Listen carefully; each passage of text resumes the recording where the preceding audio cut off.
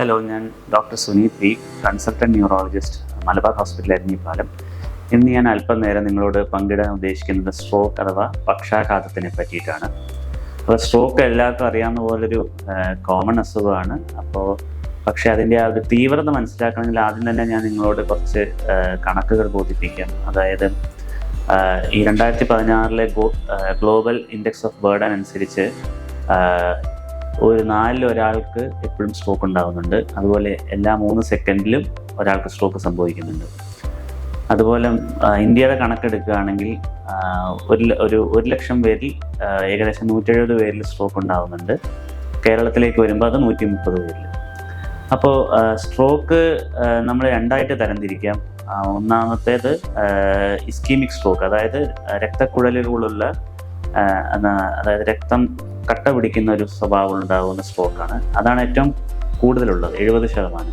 പിന്നെ ഉള്ളത് രക്തധമനികൾ പൊട്ടി ചോര ഒലിച്ചുണ്ടാകുന്ന ഹെമറാജിക് സ്ട്രോക്ക്, അതാണ് രക്തസ്രാവം കൊണ്ടുണ്ടാകുന്നത്. അത് 30% വരെ അതുകൊണ്ടാണ് ഉണ്ടാകുന്നത്.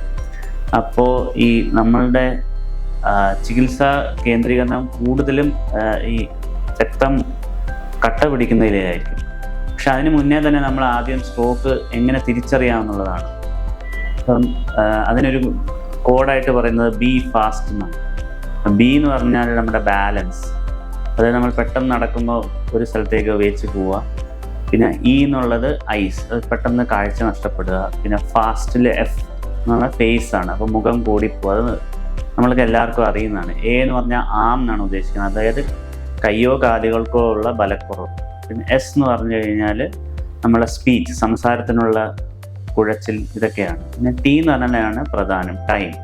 ടൈം എന്ന് പറഞ്ഞാൽ സ്ട്രോക്കിൽ ഏറ്റവും ഇമ്പോർട്ടൻ്റ് ആയിട്ടുള്ള സംഭവമാണ് ടൈം. അതായത് ഏറ്റവും കുറവ് സമയം കൊണ്ട് ചികിത്സ തേടുന്നു അത്രയും ഗുണകരമായിരിക്കും. അത് പറയാൻ കാരണം വെച്ചാൽ നമ്മൾ ഓരോ സെക്കൻഡും സ്ട്രോക്ക് സംഭവിച്ചതിന് ശേഷം 1 സെക്കൻഡ് നഷ്ടപ്പെടുമ്പോൾ ഏകദേശം 1.9 മില്യൺ, അതായത് 2 ദശലക്ഷം ന്യൂറോണുകൾ നഷ്ടപ്പെട്ടുകൊണ്ടിരിക്കും. അപ്പം ഈ ന്യൂറോൺ എന്ന് പറഞ്ഞാൽ നമ്മുടെ ബ്രെയിനിൻ്റെ സെൽസാണ്, കോശങ്ങൾ. അപ്പോൾ അതിന് പ്രത്യേകത എന്താണെന്ന് വെച്ചാൽ പുനർജനിക്കാനുള്ള കഴിവുകളില്ല. അപ്പോൾ അതുകൊണ്ടാണ് നമ്മൾ ഈ പറഞ്ഞ ലക്ഷണങ്ങൾ ഏതെങ്കിലും ഉണ്ടെങ്കിൽ ഉടനെ തന്നെ നമ്മൾ ഒരു ഹോസ്പിറ്റലിൽ എത്തിക്കണം.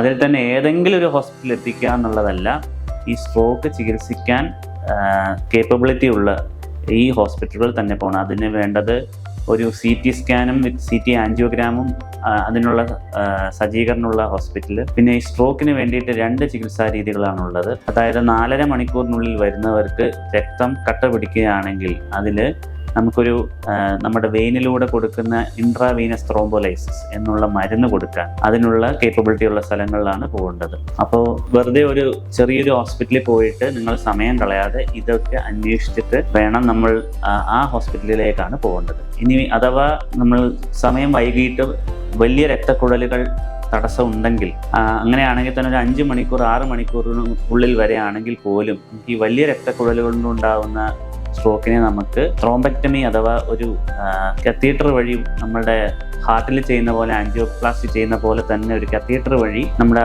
രക്തക്കുഴലിലുള്ള ബ്ലോക്കുകൾ നീക്കം ചെയ്യാൻ പറ്റും. അപ്പോൾ അങ്ങനെയുള്ള ഹോസ്പിറ്റലുകളിലായിരിക്കണം നമ്മൾ പോകേണ്ടത്. പക്ഷേ എന്നിരുന്നാലും നമ്മൾ ബേസിക് ആയിട്ട് ചെയ്യേണ്ടത് ഒരു CT സ്കാനും ആൻജിയോഗ്രാമും ഉള്ള സ്ഥലങ്ങളിൽ തന്നെ പോയി അവിടെ വെച്ചൊരു എക്സ്പേർട്ട് അതിനനുസരിച്ച് അവർ വേർതിരിച്ച് വേണ്ട ചികിത്സാ രീതികൾ നൽകും. Thank you.